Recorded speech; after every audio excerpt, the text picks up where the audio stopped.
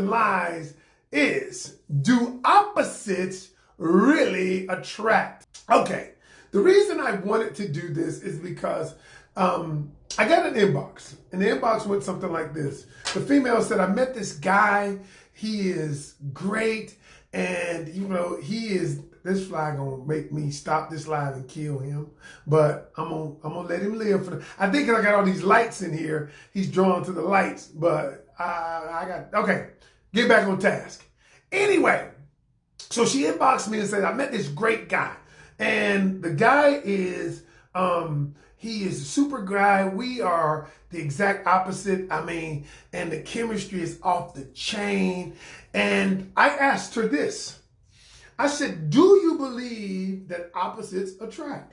She's like, yeah, that's what they all say. And we're opposite. I said, okay, are you truly opposite? Or do you like opposite things? Do you like things that he doesn't like? He like things that yes. So I said, what makes you think you're opposite? And then she says, because he is adventurous and I'm not really adventurous. And I said, okay, cool. You're not adventurous. I said, but do you admire someone who's adventurous? She said, yeah, I would love to be adventurous. I said, oh, so he has a trait that you like, but you're not that way. Oh, she was like, yeah. And I said, okay. I said, okay. I said, so how long y'all been dating? She says, we've been dating about 3 or 4 weeks. And then I said this, threw her off. I said, how does he feel about children? She was like, huh? I said, how does he feel about children? And she says, I don't know. I said, you haven't asked him? I said, well, how do you feel about children? She says, I believe in children. I believe in raising your children. I believe in even homeschooling your children. And she went into this diatribe about children. And I said, that's one of your core values, right? She was like, yeah. And then I said, is that part of his core value? She says, I don't know. And then she looked at me kind of strange when we were on the Zoom call. And I said, okay, let me break down where I am. The truth is, what happens, people have said over the years that opposites attract, and that is not true. And I'm going to prove it. Now, you might say, Ken, no, I've got somebody who's opposite of me. They do things that I don't do. And I said, I'm going to get to that. And the truth is, y'all are not maybe as opposite as you think. And so here we go. So there's a thing in science, and I wrote this down. It's called the positive assortative mating. That's what it's called.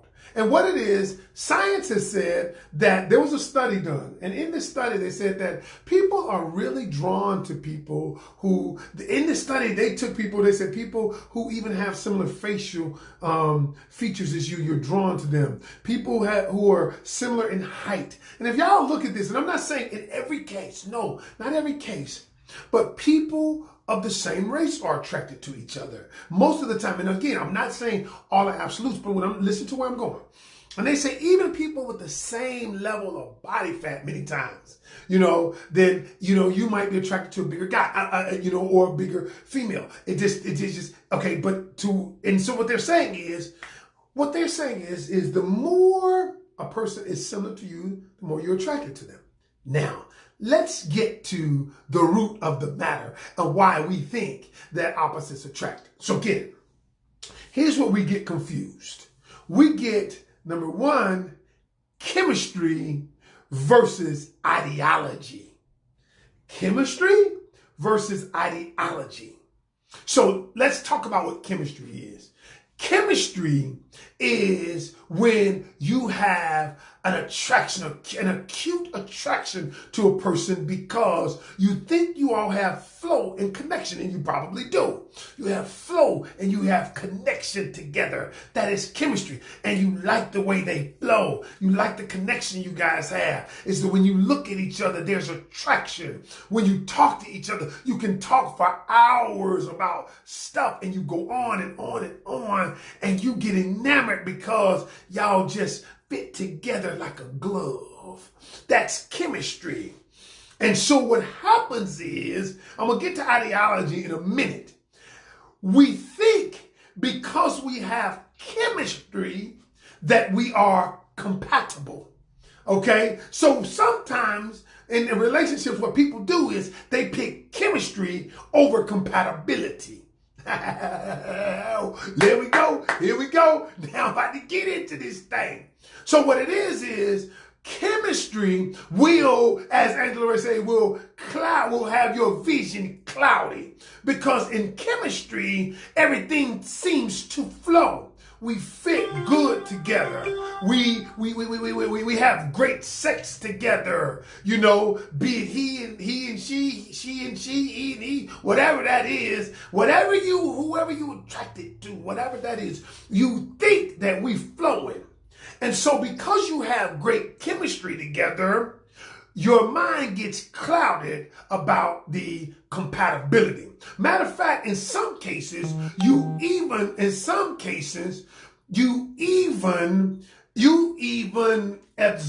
yourself. You don't even think about it. You even discard the compatibility question. And compatibility is way more important than chemistry. So now we're going to bring in ideology. See, ideology is what makes you know if you are compatible or not. Are your ideologies lining up? Your ideology is simply comprised of your core values. See, when you're dealing with somebody and then you think the chemistry, because I've seen this a million times, and like this female that I was talking to, she was like, Cam, everything is just clicking. Everything is just clicking. It's like we're finishing each other's sentences. He makes me laugh, and we hang out together, even during Corona. I was like, yeah, even during Corona. She was like, I didn't even let him cough on me. I said, oh, Lord, went too far. But she said, so what she said was, this chemistry we have, I've never had it before. And then I said, because you've never had the chemistry before, what you're doing is you are looking away from all of the red flags, yellow flags, and any other kind of flag that might come up.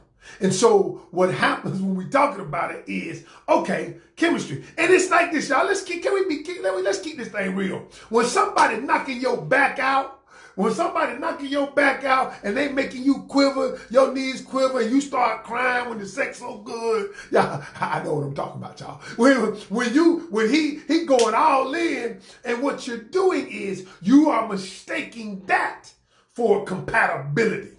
And so what the real deal is I tell people is that, yeah, he knocking your back out. Yeah, he making you quiver. Yeah, he making your body feel things it's never felt before. And what happens? And then all of those hormones we've always talked about are released in your body, and your body never felt like this. And you think, because now when I see his phone call come up, when he sent me that dick pic, I get excited about it. You think that chemistry is compatibility, but it's not. Okay? So what I tell people is this: chemistry is cool. It's cool.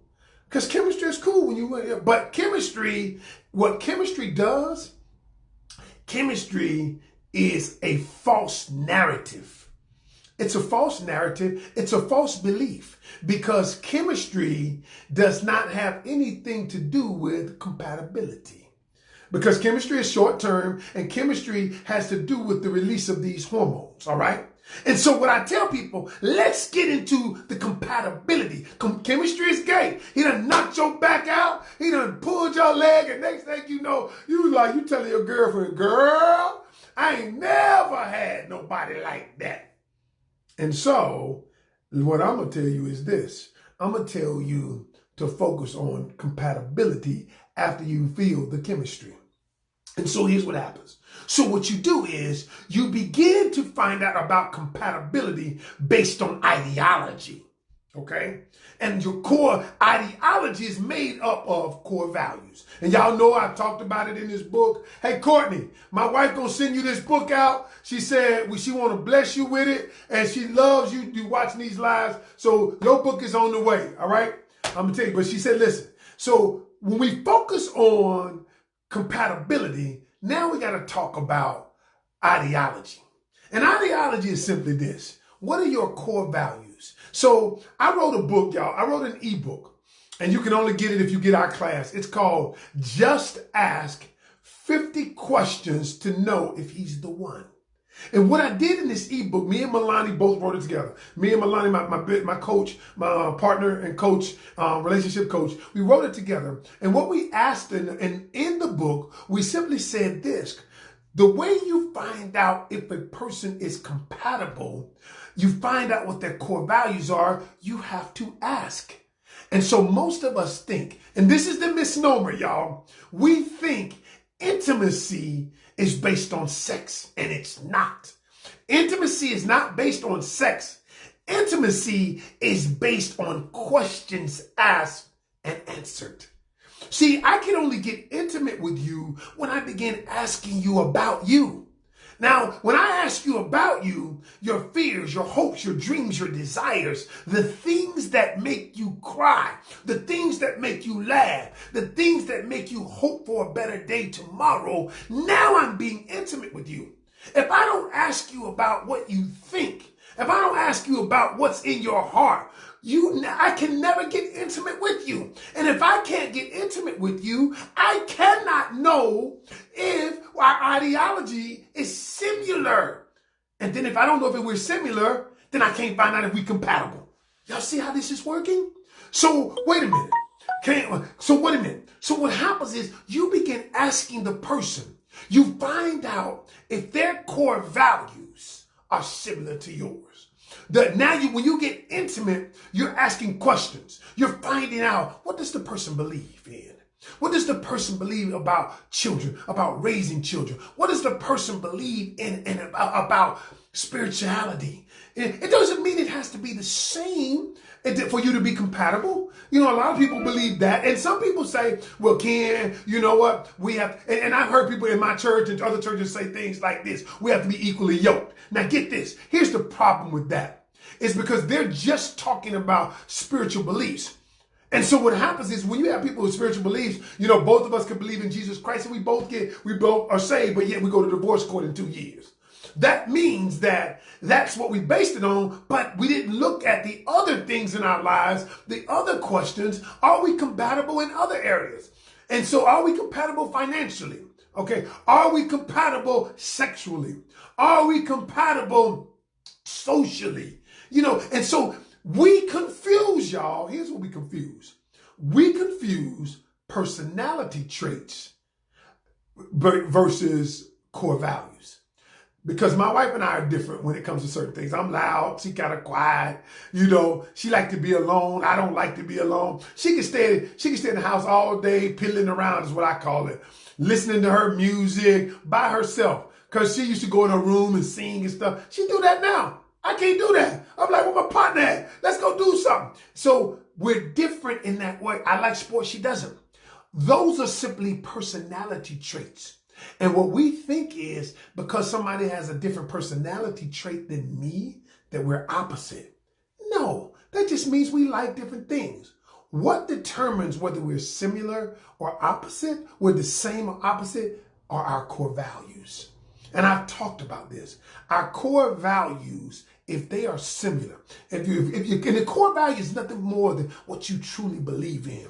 What the things that, and you found out the core values based on the intimacy. See, all of this ties in together. When you're intimate, you find out the core values because you ask the questions. Now, do our core values line up? If our core values line up, then we're compatible. Our compatibility works because we have the same ideology. All right, and so that's where people get it confused, y'all. I'm not saying you short and you date a tall guy. That's superficial. I'm not even talking about that. You know what?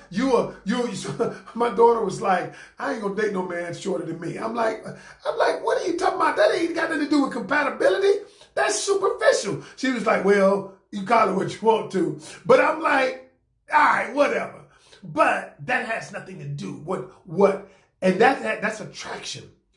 You all are attracted to certain things. Listen to me carefully. And I've said this before. Attraction will get you, but core values will keep you. Attraction will start the relationship. core values will keep the relationship. If your core values are not the same, they're not the same, you're not going to stay together. I'm sorry. I just have to kick it to you real. You ain't going to stay together. It's not going to happen. I don't give a crap what you believe. And so, y'all, I go back to my original point. The original point is simply this: chemistry versus compatibility. Chemistry is great. Compatibility is more important than chemistry. And the way you find out if you are compatible, you ask questions. A lot of times, y'all, you know what we do? We don't want to ask questions. You know why we don't want to ask questions? Because we don't want to think the person thinks that we're interrogating them. We don't want the person to think that we're crazy by asking questions. Like, why are you asking me all these questions? And the truth is, y'all, I get it early on, maybe the first week or so, you might not want to get deeper. But I want you to find out if you think there could be a future, possibly a future, you need to begin asking questions. And y'all, questions are the root of intimacy. And if you cannot ask the person a question, and the person be unwilling to answer it, I would say this: either the person's not that into you, or the person might be hiding something. Or even if they don't want to answer the question because it might bring up an area in their life they don't want to, that's fine. But at least have them to tell you that part of it. And so, y'all, we are not willing to ask because you're thinking to yourself, I might lose them if I start asking questions. If you lose them because you're asking questions, then they weren't the one for you anyway. They weren't the one for you anyway. And so what I want you to do is I want you to focus on this. Focus on, I know you're going to ask me too. If I was single, I'm asking everything. I'm looking at everything because the truth of the matter is we get so enamored with how we feel. We get so enamored with the hormone release. We get so enamored with the sex release. We negate to ask the questions that matter the most. Okay, sexual compatibility is just one aspect of a relationship. There's mental compatibility. There's emotional compatibility. If the person you're dating is not emotionally available and they're sexually available, then that's going to be a problem. So, y'all, don't negate all of them. Mental compatibility, physical compatibility, and emotional compatibility. You got to find out if this person is compatible with you. And so if that person is compatible with you, then just remember, the way you know, ask the questions. The way you know, find out the core values, find out their ideology, and then you'll know whether the person is compatible with you. All right? Booty call. My man P, you crazy boy. All right, y'all, look, that's my time. I'm going to kill this fly because this fly driving me crazy. Y'all, maybe that's the OCD in me, but that fly, see, he flying all around these lights. That's all right. Look, y'all, this is Love, Lust, and Lies. I'm your host, Ken Canyon. Until tomorrow, look, have a great, fantastic day. And y'all, remember, every journey starts with one step. Take that step today. I'm out. Let me go kill this fly.